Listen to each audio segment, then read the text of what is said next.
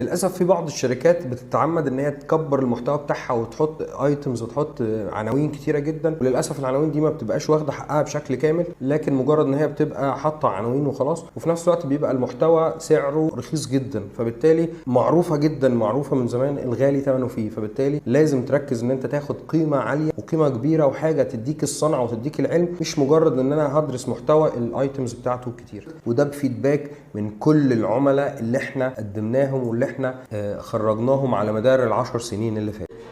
اسمي أميرة إبراهيم.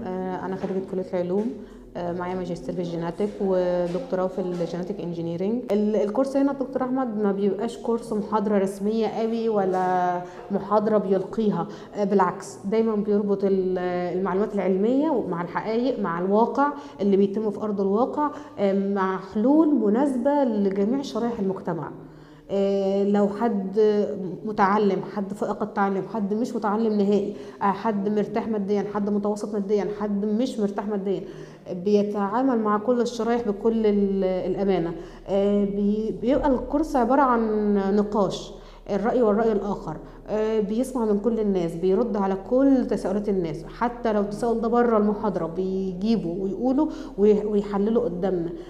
أنا عن نفسي كل محاضرة راضية تماما عن المحاضرة.